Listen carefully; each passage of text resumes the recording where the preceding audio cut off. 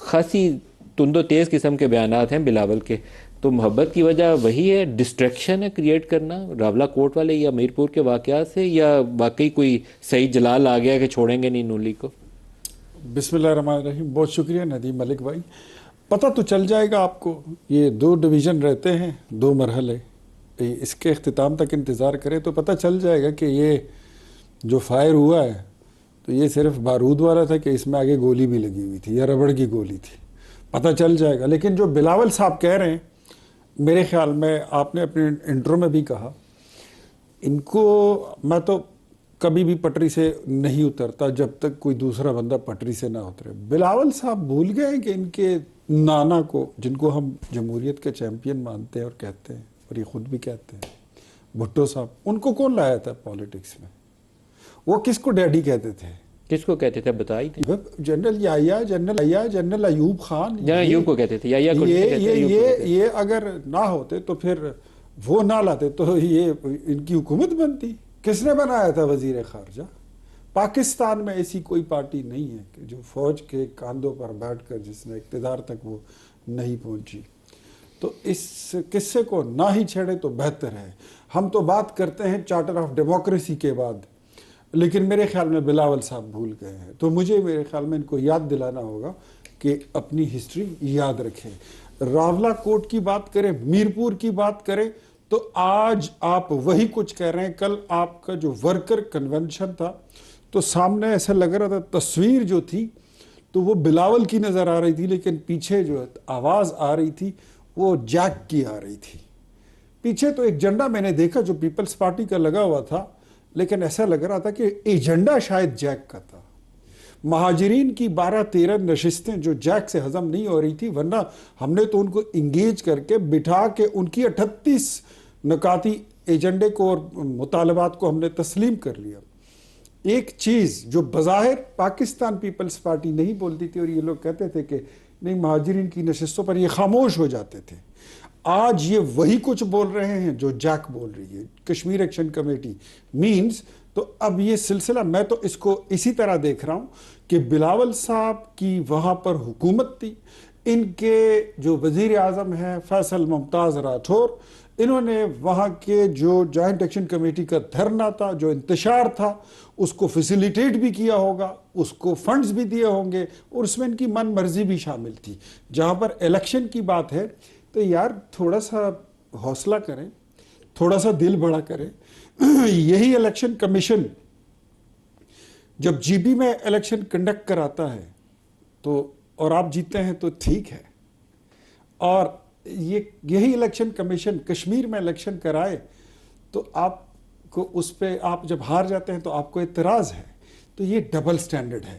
اور ساتھ میں یہ بھی ایڈ کر دوں کہ آپ کے امیدواروں کے گھر سے ہم نے پولنگ کا عملہ اور پولنگ کا میٹیریل الیکشن کی رات پہ ریکور کیا. ایک جملہ اور سن لیجئے.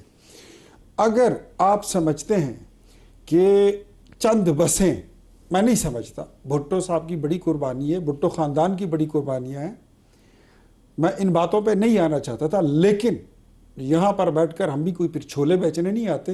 ہماری بھی جماعت ہے اور ہم بھی اپنی قیادت کا دفاع کرنا جانتے ہیں.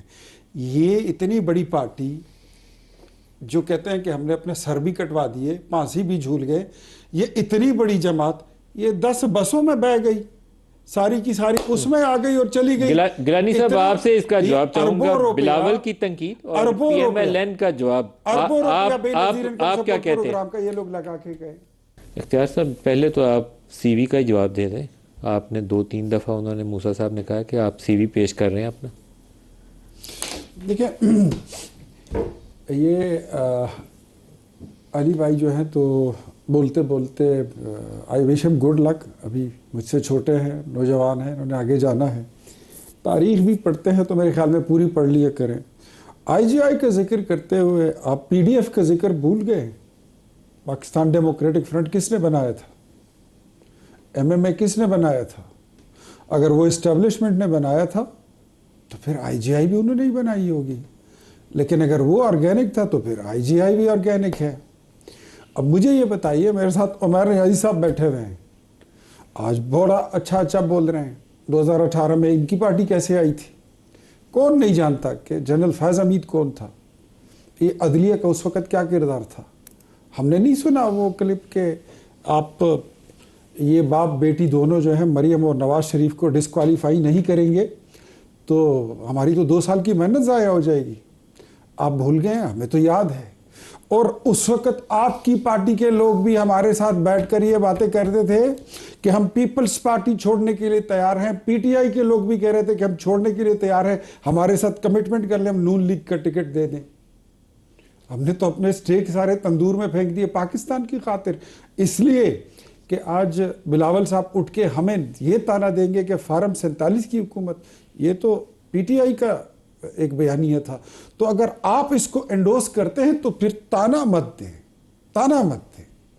یہ تانا دینا محلے کی ماسیوں کی طرح بلاول صاحب کے ساتھ نہیں جچتا.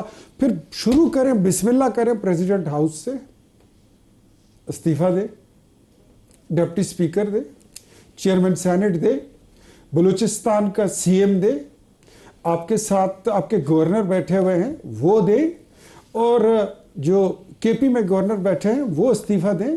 اور سب سے بڑی بات, جو سب سے بڑے پیسے ہم نے دیے ہوئے ہیں بے نظیر انکم سپورٹ پروگرام میں, کہ وہ پاورٹی ایلیویشن کے لیے تھے, اور وہ پیسہ استعمال ہو رہے ہیں گلگت بلتستان کے الیکشن میں, وہ پیسہ استعمال ہو رہے ہیں کشمیر میں, اربوں روپے. وہ غریبوں کا پیسہ ادھر لگاتے ہیں. کیا پیپلز پارٹی کا ویژن یہ ہے؟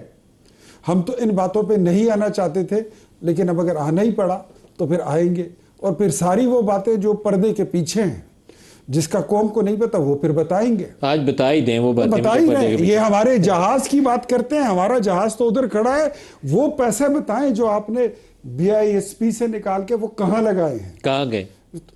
الیکشنوں پہ لگاتے ہیں, اپنے امیدواروں کو دیتے ہیں. چودھری یاسین صاحب, اختیار ولی صاحب, کوئی ایک راستہ بھی ہونا چاہیے نظام کی اصلاح کرنے کا. جب سارے کہتے ہیں کہ 18 بھی ٹھیک نہیں تھا, 24 بھی ٹھیک نہیں تھا, 85 90 سارے الیکشنوں کا تذکرہ ہو گیا, تو درست کرنے کے لیے تو کچھ راستہ ہوگا. سب سے پہلے تو عمیر نیازی صاحب ادھر بیٹھے ہیں, یہ لے لیں نظر اپنے لیڈر کی ذرا گارنٹی لے لیں کہ وہ کتنی دیر کے لیے سول سپریمیسی کا نعرہ لگا رہے ہیں, وہ کتنی دیر کے لیے ڈیموکریٹ بنیں گے. فوج کے ایک سنتری کی سیٹی بجانے کی دیر ہے, ساری کی ساری پی ٹی آئی یہاں سے وہاں چلی جائے گی, پھر پرو اسٹیبلشمنٹ ہو جائیں گے. اقتدار پرستی جو ہے نا وہ کچھ اور چیز ہے. اگر اسٹیبلشمنٹ کی سپورٹ نہ ہوتی تو میں اس بات میں مجھے کوئی شک نہیں ہے کہ عمران خان کبھی زندگی میں بھی وزیر اعظم نہیں بن سکتا تھا. اب آتے ہیں اس بات پہ. دیکھیں, میں پاکستان پیپلز پارٹی, میں تمام پولیٹیکل پارٹیز کی میں وہ کرتا ہوں, قدر کرتا ہوں. جو ڈیموکریٹس ہیں میں ان کی عزت کرتا ہوں, رسپیکٹ انکنڈیشنلی کرتا ہوں. میں نے پہلے کہہ دیا کہ پوتر کوئی نہیں ہے, تو اب زیادہ پوترتا جو ہے اس کی جو ہے تو ذرا اشتہار بازی بند ہی کر دیں اور اوریجنل بات پہ آتے ہیں. معاملات کو طے کریں. ہماری جماعت میں تو یہ بھی روایت ہے کہ سعد رفیق نے تھوڑا سا جواب دیا تو وزیر اعظم نے ان کو بلا کے ان کو کہا کہ ایسے بات نہیں کرتے. ہم نے کل پھر منہ متھے لگنا ہے. ہم پھر آپ کو کہتے ہیں کہ بلاول صاحب کو بھی بتائیں کہ جو آپ کہہ رہے ہیں, آپ بھی اپنے قد سے, اپنے کارڈ سے اور اپنے لیول سے متجاوز ہو گئے ہیں. یہ باتیں آپ کے کرنے کی نہیں ہیں, آپ کو سوٹ نہیں کرتی ہیں. آپ نے لہسن کھایا ہوا ہے, اسی لیے منہ سے آپ کے لہسن کی بو آ رہی ہے. تو دوسروں کو مت کہیں کہ آپ نے لہسن کھایا ہوا, آپ کے منہ سے بو آ رہی ہے. پیاز نہیں کھاؤ گے تو پیاز کی بو نہیں آئے گی آپ کے منہ سے. تو بلاول صاحب سے درخواست یہ ہے, میں بڑا آنیسٹلی اور بڑا ہمبلی میں کہتا ہوں کہ let's discuss the things after charter of democracy, جس کو ہم ہر جگہ پر ایک مثال بنا کر پیش کرتے ہیں, لوگوں کے لیے ایک ایگزامپل بنا کے رکھتے ہیں.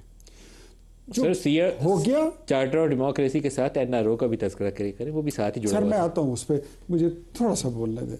آ جائیں, ان چیزوں کو ڈسکس کرتے ہیں, جمہوریت کو بچاتے ہیں, مضبوط کرتے ہیں. اور اگر ہم کہیں غلط ہیں تو ہمیں آپ بتائیے, ہم اپنے آپ کو درست کریں گے. جہاں آپ غلط ہوں گے ہم آپ کو بتائیں گے کہ اختیار ولی صاحب